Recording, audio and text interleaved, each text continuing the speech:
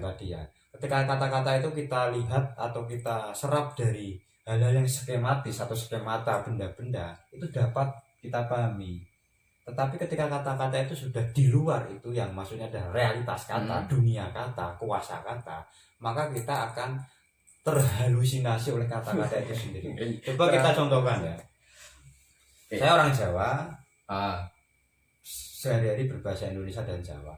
Ketika saya misalnya, atau anda semua, ketika Anda mengucapkan rasa sayang kepada pacar atau pada pasangan suami istri itu pakai I love you dengan aku cinta kamu, rasanya beda enggak? Oke, kalau saya pribadi beda Pak. Beda, mungkin gini ya, ketika kita membahas masalah I love you itu kan udah bahasa asing ya, bukan bahasa, ibarat kata bahasa nasional kita. Nah, di situ pun ketika dilontarkan bahasa asing itu, wah rasanya tuh agak amazing gitu ya, agak luar biasa. Inilah yang disebut realitas kata menurut Kagan. Artinya kata-kata itu memang mengandung realita tapi di dunia lain, di dunia otak gitu loh. Adanya itu ada di konsep.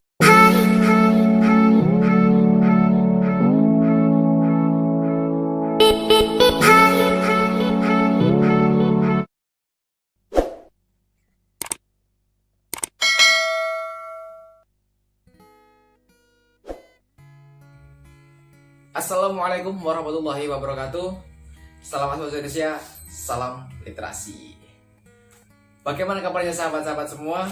Ya, setelah sekian lama kita belum syuting ya, minggu kemarin kita belum syuting, namun hari ini ada unek-unek juga terkait tema-tema yang cukup menarik ya, terutama masalah literasi. Gitu. Nah, karena memang kita memasuki lagi di sesi bincang Aswajanesia. Nah, sahabat Aswajanesia, topik kita hari ini itu saya yakin semuanya pasti mengalami dari kecil sampai hari ini ya, bahkan nanti sampai kita masuk di alam barzah itu pasti akan digunakan hal-hal tersebut. Nah, apa sih yang dari awal sampai akhir selalu digunakan?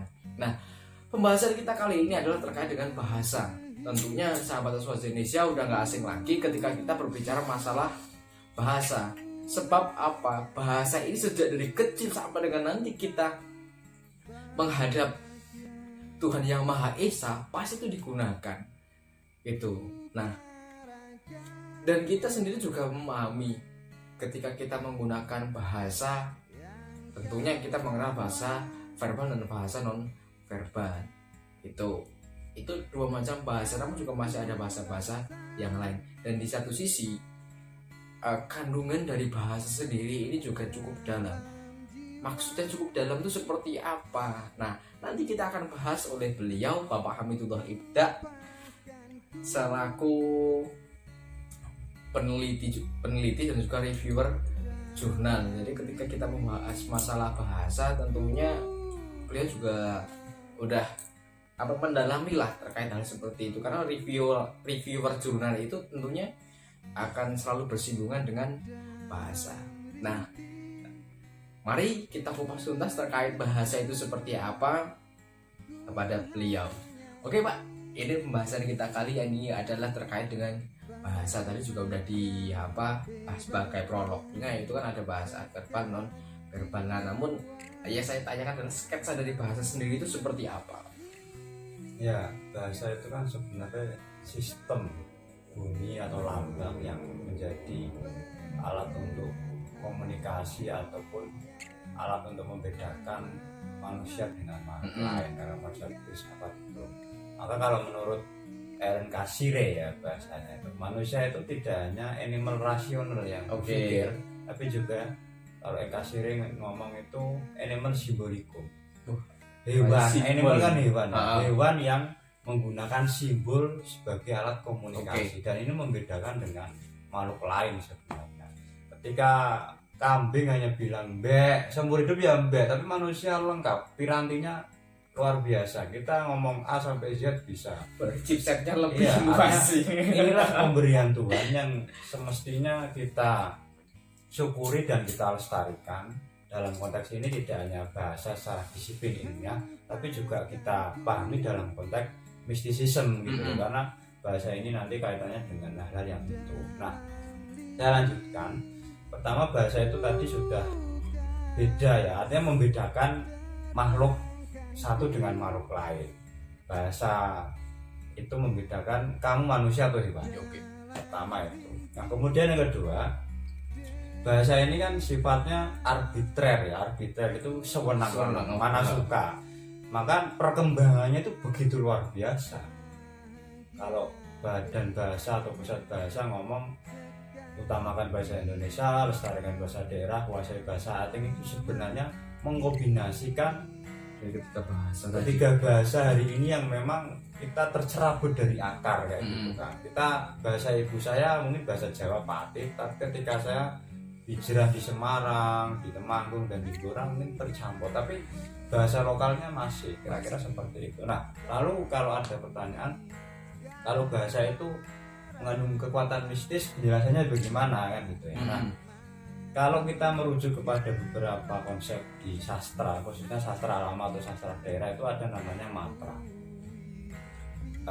Kalau di dalam konteks Jawa itu ada namanya tembang ageng. Oke. Ketika bahasa itu hanya diungkapkan atau dinyanyikan, dinadakan tanpa adanya campur tangan jenis alat musik yang lain. Wong bilahing bawono langit jaban bayah, itu seolah-olah menakutkan gitu ya, seolah-olah mistis, dan itu memang dalam kajian sastra ya, bukan hal yang memang melanggar ataupun keluar dari konteks agama, tapi orang Jawa itu memiliki peradaban bahasa yang tinggi itu ya, itu dalam konteks sastra kan. Kemudian dalam konteks linguistik sendiri, ini maksudnya kepada kajian filsafat bahasa atau psikolinguistik ya. Oke. Bahasa itu kan tadi simbol ataupun lambang bunyi yang memang membedakan manusia dengan makhluk lain. Oh ini korek, oh ini kunci dan sebagainya. Nah, kalau menurut salah satu neurolog ya yang biasa menulis tentang dunia kecerdasan otak dan bahasa psikis atau psikolinguistik kajiannya, Jerome Kagan, salah satu profesor di Harvard, itu manusia itu memiliki dua realitas bahasanya. Realitas yang pertama adalah realitas skemata, realitas yang kedua itu realitas kata. Jadi dalam otak kita itu ada dua realitas itu. Pertama adalah realitas skemata. Skemata itu realitas fisik. Artinya kita yang bisa kita lihat gitu ya. Ya, oke. Botol, laptop, meja, dinding. Jadi di dalam memori kita ketika melihat, membayangkan botol ya kira-kira seperti itu. Jadi itu maksudnya realitas secara skemata, fisik bisa dideteksi. Yang kedua adalah realitas kata. Realitas kata ini hadir dari benda-benda yang kita lihat, kita masukkan ke otak, atau pengaruh lain yang itu tidak jelas sumbernya. Misalnya kan mistis tadi hanya kita sering membayangkan konsep, kata, realita, istilah yang itu kadang gimana nih bahkan seolah-olah itu menyihir kita gitu lah. Dan ini sering terjadi baik kita dalam kondisi unconscious, tidak sadar, atau dalam kondisi mimpi, ataupun dalam kondisi conscious atau kondisi sadar. Dan ini setiap manusia pasti seperti itu, karena menurut risetnya Jerome Kagan ini kan manusia memang hidup di alam fisik dan metafisik. Kata-kata itu menghantui kita bahasanya gitu ya. Kemudian kalau kita merujuk kepada konsep lain ya, itu pendapatnya dalam filsafat bahasa itu Ludwig Wittgenstein ya, itu ada beberapa konsep bahasa itu. Pertama adalah prosesnya logis, kemudian empiris dan faktual ataupun yang tampak. Kemudian bergeser ke skema ataupun ke arah yang kedua, yaitu logis, kategoris, dan perspeksional atau perspektivisme. Artinya perjalanan bahasa itu kita mendapat teori, mendapat pengetahuan, informasi itu dari kata-kata. Ketika kata-kata itu kok digabungkan, misalnya digabungkan dengan konsepnya Kagan tadi ya, ketika kata-kata itu kita lihat atau kita serap dari hal-hal yang skematis atau skemata, benda-benda, itu dapat kita pahami. Tetapi ketika kata-kata itu sudah di luar itu, yang maksudnya adalah realitas kata, dunia kata, kuasa kata, maka kita akan terhalusinasi oleh kata-kata itu sendiri. Coba kita contohkan ya. Saya orang Jawa, sehari-hari berbahasa Indonesia dan Jawa. Ketika saya misalnya, atau anda semua, ketika Anda mengucapkan rasa sayang kepada pacar atau pada pasangan suami istri itu pakai I love you dengan aku cinta kamu, rasanya beda enggak? Oke, kalau saya pribadi beda Pak. Beda, Mungkin kan? gini ya, ketika kita membahas masalah I love you itu kan udah bahasa asing ya, bukan bahasa ibarat kata bahasa nasional kita. Nah, di situ pun ketika dilontarkan bahasa asing itu wah rasanya tuh agak amazing gitu ya, agak luar biasa. Inilah yang disebut realitas kata menurut Kagan. Artinya kata-kata itu memang mengandung realita tapi di dunia lain, di dunia otak gitu loh. Adanya itu ada di konsep. Makanya kalau kita membahas konsep ada itu kan ada yang di dalam ada wujud realitas, ada yang di dalam pikiran, tapi ada yang berupa ada kemungkinan ada. Kayak gitu ya. Nah, saya tambahkan teorinya Muhdi Hairiyasti, itu ada 3 fase dalam perkembangan dalam filsafat bahasa ya. Yang pertama itu intuitif, yang kedua iluminatif, yang ketiga eksistensial. Artinya perkembangan pengetahuan atau proses kerja otak kita itu melalui tahap itu. Yang pertama adalah intuitif, dari intuisi. Yang kedua iluminatif, yang ilusi ini. Yang ketiga baru eksistensial. Artinya eksistensi ini kan tadi ada 3 tadi. Ada wujud, ada dalam pikiran, ada dalam kemungkinan ada. Nah, jadi sudah jelas bahasa secara piranti otak itu memang membuat kita semakin yakin bahwa mengandung kekuatan magis. Maka saya contohkan tadi, ketika kamu bilang I love you dengan aku sayang kamu, rasanya berbeda. Kekuatan magis itulah yang membahayakan ketika kita menggunakan bahasa-bahasa itu untuk kepentingan yang tidak baik gitu loh. Dan ini memang terjadi terutama pada perempuan yang memang telinganya itu lebih berbahaya ketika mendengar kata-kata yang mengandung halusinasi yang sastrawi seperti itu. Jadi tradisi Arab primitif kuno pun sama ya, artinya mereka menggunakan kekuatan bahasa itu lewat syair untuk mempengaruhi atau menggerakkan dunia. Kayak gitu loh. Dan ada beberapa pakar ataupun sastrawan yang ngomong kata itu senjata. Nah, ini baru beberapa aspek. Kemudian kita lebih ke agak ilmiah di dalam dunia medis atau kedokteran. Ketika nanti atau Anda sudah pernah punya anak atau punya bayi yang atau posisi istri sedang hamil, itu disarankan menggunakan murotal Al-Quran atau suara-suara musik klasik untuk mempengaruhi bayi tumbuh kembang bayi atau janin kita. Jadi ternyata dari riset yang ada, penggunaan lagu-lagu yang klasik ya, tidak metal rock ya, tapi lagu-lagu klasik yang ya sebut saja Kenny G atau semacam musik-musik jazz ya yang halus gitu ya, itu mampu menumbuh kembangkan perkembangan otak maupun alat-alat fisik anak. Artinya apa? Bahasa ini menggunakan kekuatan magis atau mengandung kekuatan magis memang. Dan bahasa ini jangan dipahami hanya bahasa verbal kata-kata ya, tapi bunyi sebenarnya. Nah, bunyi ini tidak hanya berasal dari manusia kan, tapi juga dari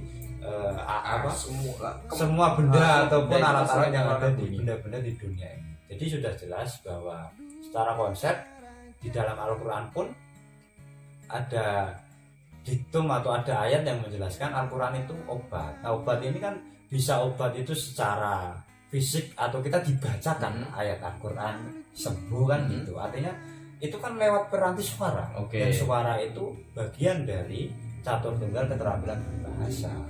Maka kalau kita merujuk kepada beberapa konsep perkembangan bahasa pada anak, pertama itu kan keterampilan paling dasar adalah menyimak atau mendengarkan.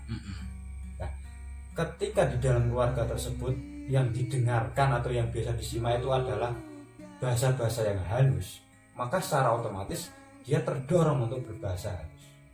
Ketika keluarganya nyuwun sewu kok kasar, galak, broken home, sering bertengkar, otomatis akan membekas di anak. Maka jangan sekali-kali memarahi anak dengan kata-kata kasar. Ini akan membekas dan ini kan jelas kekuatan magis gitu loh. Karena realitanya realitas kata, tidak realitas skemata kalau menurut Kagan tadi.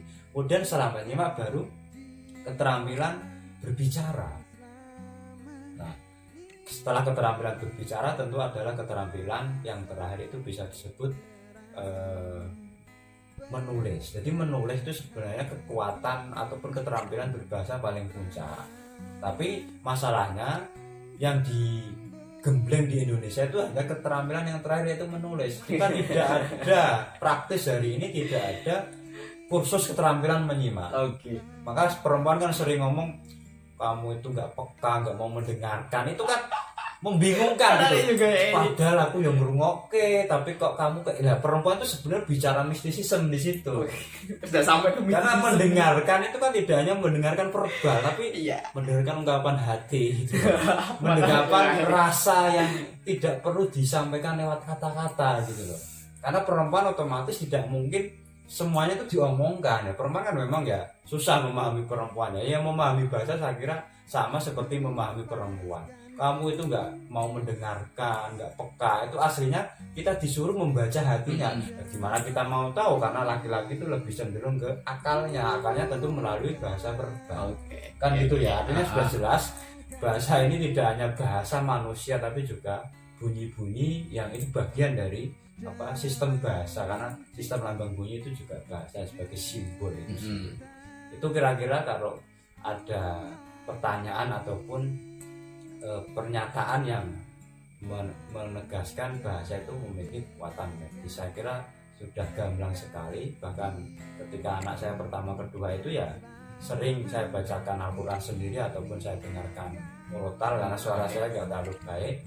Bisa jadi nanti eksperimen sendiri lah, silakan eksperimen teman-teman atau bapak ibu semua, sahabat-sahabat semua yang punya anak di dalam kandungan janin usia 3 bulan sampai 7-9 ya. Seringlah dengarkan dangdut atau rock. Nanti anak Anda ketika lahir mungkin jadi kasar atau rock gitu. Tapi kalau musiknya musik slow, Kennedy yang klasik, saya kira mau kembangkan rasa yang habis. Artinya cipta karsa rasa manusia dari budaya itu juga tumbuh dari bahasa. Kira-kira itu. Nah, tadi itu penjabaran terkait dengan bahasa sendiri udah dibahas sangat panjang lebar, mulai dari sisi unsur magisnya sampai dengan unsur ilmiahnya gitu. Nah kemudian gini Pak, bahasa itu kan menjadi representasi dari semuanya gitu ya. Itu baik itu nanti bahasa verbal maupun non verbal. Kemudian menyangkut dengan halusinasi, dengan mistisisme gitu kan. Seberapa mendalamkah bahasa itu bagi manusia Pak? Ketika tadi masalah LOV, wah kita udah disampaikan dengan halusinasinya ya seperti itulah itu. Cuma ketika kita mendengarkan sebuah lagu tadi ya, mendengarkan sebuah lagu terkadang dia tuh yang mengingat masa-masa lalu atau bagaimana, apakah nanti itu juga bisa dikatakan halusinasi atau memang itu sebuah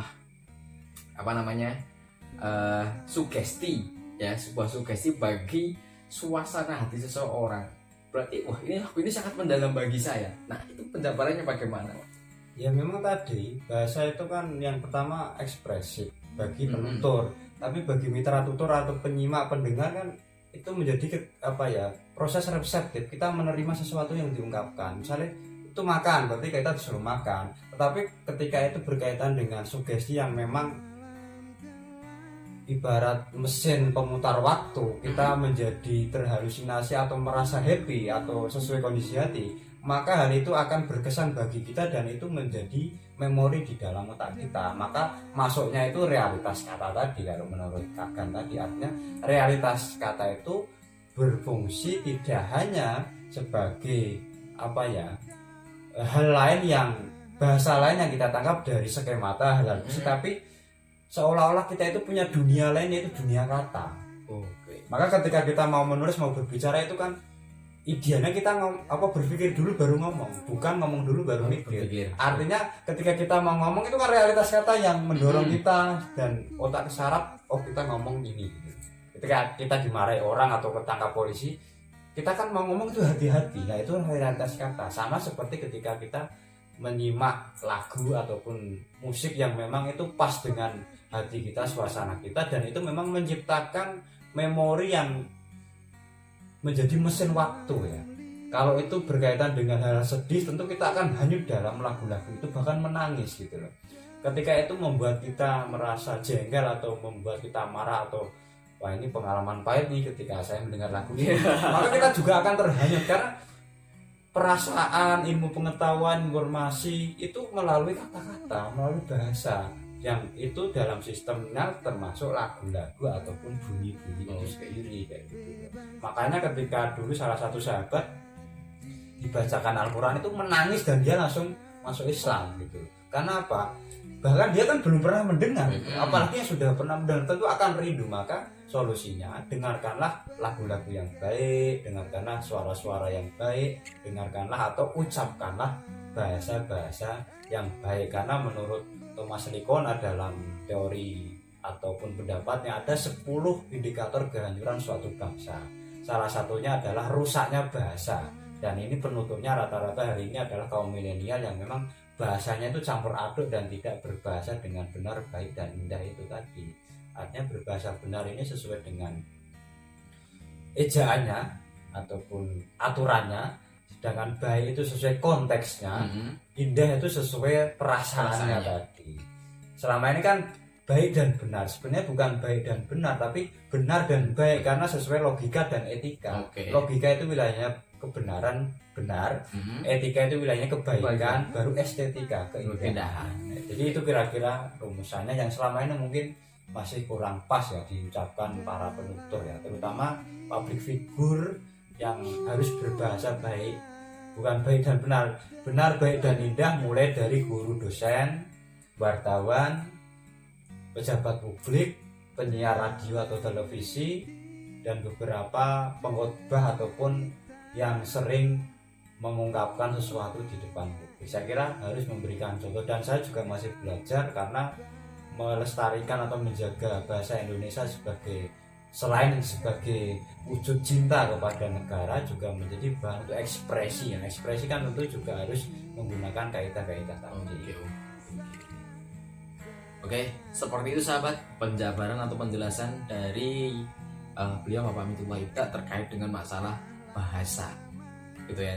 Jadi kita harus bisa menggunakan bahasa itu dengan benar ya, benar, baik, dan juga harus yang lebih indah agar semuanya bisa memahami apa yang kita sampaikan, apa yang akan kita tuju itu dengan maksimal. Oke, seperti itu sahabat semua terkait dengan pembahasan kita kali ini, yaitu tentang bahasa. Dan nantikan video-video kita selanjutnya tentunya dengan hal-hal yang menarik, dengan tema-tema yang tema-tema yang milenial banget gitu ya, milenial banget tapi tidak meninggalkan unsur-unsur yang tentunya kultur atau budaya gitu ya. Seperti itu sahabat Aswaja Indonesia, tetap di akhir video kami tunggu like, comment, and subscribe-nya. Nah, bagi sahabat Aswaja Indonesia, ketika pengen request tema, silahkan tulis di komentar. Nanti kita akan bahas dengan narasumber yang tentunya sangat berkualitas. Cukup sekian dari kami pembahasan kita kali ini terkait bahasa. Salam Aswaja Indonesia, salam literasi.